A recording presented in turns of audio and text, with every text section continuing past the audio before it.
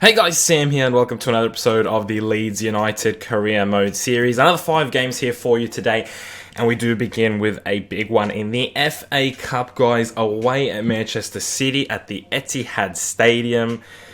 Oh my goodness, it's a big one. It's the biggest game of the season we've had so far, and it's a massive test in terms of what we might be potentially facing next season, especially if we keep going the way we are going. At the end of last episode, we showed you the table, and we are looking pretty good in terms of the table, because Wolverhampton just seem to be hitting a very rough spot at the moment and aren't playing the way they were playing at the start of the season, just not doing the same things. But Manchester City do go ahead and take the lead in this game through none other than Sergio Aguero, and it's expected, really. I mean, we are at Manchester City's home ground, and they are a fantastic team, and they haven't weakened their team either. They're playing a pretty good team. I mean, it's not their starting 11, they're not 100%, but there's a lot of talent there, and I'd say enough to match us and best us in terms of the teams. Mendy here on the left-hand side, he was probably one of their best players. The balls he was whipping in, the runs he was making were outrageous. I thought Mendy was so good for them, but we were definitely in the game. We were fighting, and here's Saiz with a fantastic effort, and just says to Manchester City, hey, like, you know, we're not pushovers here. Leeds United have come to play football, and does a little Spanish dance as well to add on top of it. But Saiz, I think, since the turn of the new year, since January, he has been by far our best player. I mean, this guy's scoring goals, this guy's commanding games, he's made that attacking mid-position his own, and he started the season off well, and he had a very long dry patch, but I just feel like he has been head and shoulders our best player since the turn of the new year. And from January onwards, he's been so good. And here he is once again going through a run, passes it to Lasogga through to Alioski. And Alioski is another man who is finding his form, and that is a great finish on his unpreferred right foot. And he puts us up 2-1 away at the Etihad against Manchester City in the FA Cup. I mean, what a feeling that is to be up. And as you can see, Alioski goes to celebrate with the fans. A fantastic moment for the Leeds fans travelling to Manchester. Not too big of a travel, but still travelling to Manchester for this game. And it's a fantastic effort from Alioski. Great play between the players, and we just sort of catch Manchester City out. As much as they were dominating us, we still had that threat about us in terms of the counter-attacking. But they weren't going to go down laying down easy, that's for sure. And just passing it around the box, I mean, they made that look very easy. Almost too easy, almost as if, how did they have that many players free in the box? And just a little bit of shambolic defending, scrambling, and nobody really knowing where their position was. And usually I like just slide tackling with my player, just because I try and get in the way of any shots, but they didn't pull the trigger early, they took their time, and they get their reward, and they go 2-2 and bring the game back. But still 15 minutes in the game, so still an opportunity, and here's Sacco. What a fantastic header that is. I mean, Claudio Bravo had absolutely no chance. What a header that is from Sacco. And I'm finding that more and more I am trying to learn the set pieces and see how much power, how much dip you're meant to put on these to try and get a decent little, you know, header. And sometimes it actually pays off, especially in career mode, but perhaps not in Ultimate Team because the opponent defends. I don't know, I don't play online, so I wouldn't know, but I think offline, the set pieces this year, scoring off headers, I think is actually a lot easier, and I think it's doable. And as you can see, we end up actually picking up a 3-2 win away at Manchester City and progress in the FA Cup. What a performance. Alioski, man of the match, Saiz just behind him. And I thought it was a fantastic performance, and we go into this game against Derby County with some real momentum, but it is a switch up in the lineup. Hernandez comes in the cam position. Of course, in the last episode it was confirmed, we didn't confirm it, but it was confirmed that he will be joining Swansea at the end of the season, which is a pretty big loss in the grand scheme of things, but I think we will be able to replace him. So in terms of our team right now, yes, it is detrimental, but he will go in the transfer windows, which is always good. And, you know, in a summer, that is. And we'll have a lot of time to bring someone in. This game against Derby County was really boring, but they did get the first goal here in the 75th minute, let's say. And it was I don't know, this game, I don't know what happened this game. I don't know what changed. It was the same session as the Manchester City game. Yes, we changed the lineup, but I played completely different. The team was shocking. I think this was our worst performance for the entire season. I mean, I thought it was just the worst performance we've had in such a long time, if not the entire series, and Derby County make it 2 just 10 minutes or so later, and they're going to pick up the win here at home. So a real turnaround. I mean, being able to beat Manchester City away and then travelling to Derby and losing 2-0, an absolute turnaround from what... And I don't know if it is the squad rotation, but I've mentioned it a few times in this series. Maybe that rotation does sort of go towards me feeling like there is two different teams playing. Sometimes we're really good in terms of our movement, and sometimes we're really bad. Maybe it is Sayis in the cam position that sort of unlocks this team. I mean, maybe he is that good. But going into this game at home against Brentford, we sort of play more of a traditional lineup for us, more of a normal starting lineup with Sacco coming in on the left, Borthwick Jackson's playing, Jorge comes in at centre-back with Janssen. And I think overall the team has played well when Alioski and Sayis are playing. And I know Alioski doesn't get his credit, but have a look at that run. That's a fantastic run. He's actually really working well with Sayis, I've noticed. I've played him without Sayis, I've played him with Sayis, and I've played Sayis without Alioski as well. When they play together, there is something special about these two.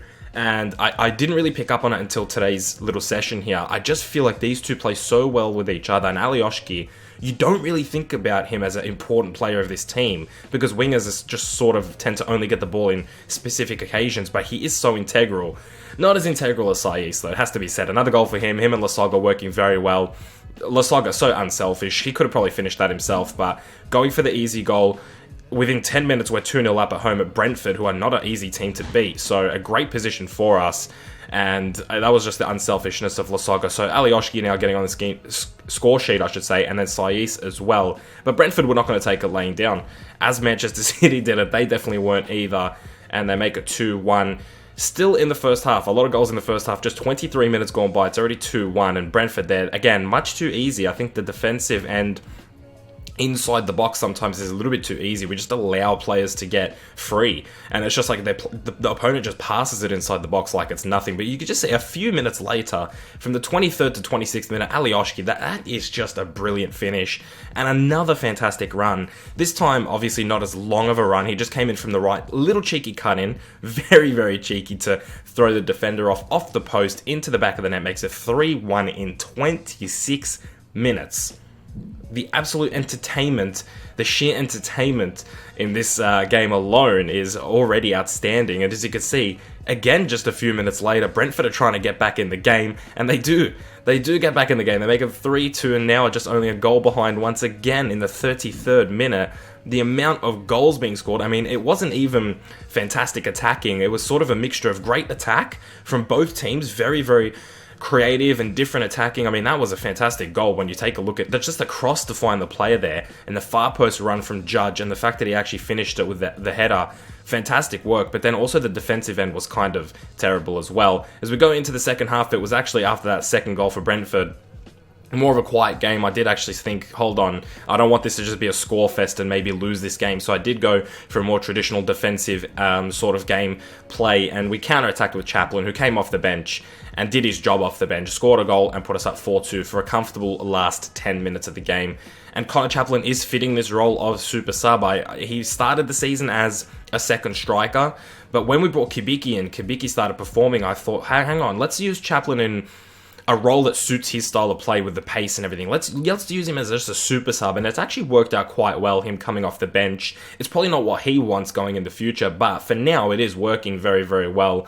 And again, Sayis, man of the match at the cam position. Chaplin got a good rating. Alioski right behind Sayis, and you can see when they played together, they're actually very, very close. Also in that game, Vernon Anita got a 9.1. He's coming in for Ailing, who's injured. Ailing has been injured, I believe, all episode. So Anita's been coming in, and he is really good, guys. I'm not even going to lie. I think Anita is probably better than Ailing. I think I've enjoyed him at right back more, and I'm not sure if he's on loan from Newcastle or if he's a permanent signing for Leeds. I'll probably have to check that out, but my goodness, I would probably reconsider. I'd probably consider signing Anita permanently if he's on loan. And I kind of hope it is permanent because I don't really want to lose him as we go into this game against Wolves, who have been in a messy bit of form, if we have to be honest with ourselves. I mean, they've dropped off quite a lot, but they do start well here. We're at home, of course, and they start. That's a fantastic pass. Just the pass into the run. It's one moment of brilliance there from Wolves. Just one pass unlocks the defense. And what started off as a very cagey game turned out into a 1-0 lead for Wolverhampton. But just a few minutes after they scored the goal, the main man, Saiz, was looking for a goal, just shreds the defense in half, really, finds a gap, hits the gap, and then finishes it across goal. He makes it look so easy sometimes. It's unnecessarily easy for him. A bit of blocking there from one of the players, I believe it was Pierre-Michel Lasogga, and he does get that room. Well, not really a great finish. I mean, poor goalkeeping when you think about it, but Saiz makes it look easy, and he gets us back in the game straight away. So Wolves weren't able to really enjoy that lead for too long, and then Saiz here is going to make it 2. No, he's not. A fantastic save, but you really did believe that Saiz was probably going to score there. But we did try and get a goal right before halftime, and we do find it, and through like the most insane circumstances, a looping header. I'm not sure what the keeper was doing. Not sure why he dived so late. He had so much time to see that. Could have gotten on his back foot, but just allows it to loop over him, really. I mean, I don't even know. It was poor goalkeeping once again from the Wolves keeper, and that's twice now he's let Wolverhampton down. And actually no second half highlights in this game, guys. Really, really boring second half, and we do end up picking up the 2-1 win, which at the end of the day was all that I cared about, was picking up the win against Wolves, despite them dropping off. It's still a massive, massive game. And speaking of massive games, another game in the FA Cup here for you today, guys, against Manchester United, a team that I have looked forward to facing for so long, and a team that I thought we'd have to face in the second season. We get a chance at them in this season. The massive rivalry between Manchester United and Leeds United kicks off with Ben Woodburn, a Liverpool boy, playing for Leeds on loan, scoring the first goal at Old Trafford. What a story that is in amongst itself. Ben Woodburn with a fantastic finish. And my goodness, Manchester United fans, if this happened in real life, would be hating Ben Woodburn. A Liverpool player on loan at Leeds, scoring at Old Trafford in the FA Cup to put Leeds up 1-0. As you can see in the second half, we move on. Not too many shots to talk about. And Mkhitaryan is trying to get Manchester United back in the game. And wait a minute. Somehow that was a penalty. Somehow that contested aerial contest, somehow that was a penalty. We do save it, and Vidval gets the penalty save, and fantastically done. Just a couple minutes later, off the back of that save, we give away another one. Are you for real? We gave away 2 penalties in the span of 3 or 4 minutes. Lukaku steps up once again. Vidval tries going the same way. Lukaku, though, switches the direction, and he scores the penalty. 2 penalties in a matter of a few minutes, and they were always going to score one of 2. You're always going to score one, I believe. And just the worst sort of way to concede. Ben Woodburn once again just coming to life in this game, maybe because it is Old Trafford and he's feeling it, but coming to life in this game, and the game really started to heat up now in the last 10 or 15 minutes, I found, and Cooper gives the ball away. Sloppy work from the captain, Cooper. I mean, that was such a heartbreaking goal to concede, and Martial's not going to make a mistake from there, realistically speaking. So in the last few minutes of the game, we're trying to get back in. Lasogga with a good bit of dribbling here, with a fancy little flick pass there to Saiz, and the main man gets it back to 2-2. As the clock ticks over to 90 minutes, and we are still in this game at Old Trafford, and we get the bird celebration out, or someone said it was Matuidi's dance, or something along those lines, but we're back in the game. That's all that matters. We are back in the game, and it's 2-2 going into extra time. Guys, I will mention now while we have a little bit of time, if you want to watch a Manchester United career mode, go ahead and check out Jared HD's. I'm sure all of you know about it, but go ahead and check it out. He's doing fantastic stuff with Manchester United. As we move into extra time here, after the 90 minutes were up, we're at 105 minutes. Ricardo, I believe Pereira or someone, I don't know who it is. It's definitely a new signing for Manchester United. Finds Ander Herrera cool, calm, collected. Doesn't try lashing at it, just places it on the volley. He hits the post on the way in, and Vidvald was never ever saving that. Really, Herrera just had to pick his side. He had to go near post or far post, and it was impossible for Vidvald to do anything about that. So in the last 10 minutes of the game, we are 3-2 down. United on the attack once again. It's Lukaku cutting in on his right, trying to find a player. Spins around again. That threw me off way more than it should have, and he finds Herrera once again. So 2 extra time goals for Ander Herrera. And he pretty much wins this game for Manchester United and gets them through to the next round of the FA Cup. I thought a fantastic effort here at Old Trafford. Really, really unfortunate. We gave away 2 penalties in 3 minutes, which got United back in the game to make it 1-1, and then they just kicked on from there, really. I mean, we were lucky to make it 2-2, I would say, because United really were the better team. And unfortunately for us, we do get knocked out of the FA Cup, something that we we sort of quietly got into the later rounds, honestly. We did end up beating Manchester City in the round of 16, probably the best sort of result for us in the FA Cup, but then United would just do good for us, and not really what I'm expecting to do in those rivalries. I want to close the gap to Manchester United. It's a massive gap at the moment, so it's going to be interesting to actually play those games potentially next season in the Premier League. So I'm really looking forward to more rivalries with Manchester United, or more like games like that where it really means something, especially in the FA Cup. It meant so much to especially us, because it's not part of our regular season to play Manchester United in this season, so it actually meant a lot to play them. Unfortunately fell short, but we did take them to extra time, so a lot of positives to take from this team. As we go into the last 10 or so games of the season, guys, that's what the table looks like. We have 3 games in hand over second place Sheffield Wednesday. So Wolverhampton, like I was saying, guys, complete drop off from them. I have no idea what's happened to them. An absolute calamity of 2018 for them so far. I mean, they're 5th now. 5th. They were 2nd just an episode ago, and they're 5th now. Absolute shambles. But we are 3 points ahead with 3 games in hand over Sheffield Wednesday, like I mentioned before. Brentford are in 3rd at the moment. Fulham in 4th. Wolves in 5th. And Reading in 6th. And the teams at the moment that are just within reach of that top 6 are Sunderland on 1 goal difference. If they had the same goal difference as Reading, they'd be above them due to the goals scored. And then QPR are 2 points off, with Norwich 3 points off. So the fight for the top 6 is still very alive. We're looking like pretty guaranteed for a top 2 at the moment, but we do need to do our job in the last 10 or so games to get over the line. And it looks like potentially we will be winning the championship, guys. So if you did enjoy this episode, do leave a like on the video, guys. Subscribe if you're new around here. Thank you so much for watching today's video. I hope you did enjoy it. I hope you had a good day. I'll see you guys in the next one very soon. Keep it real.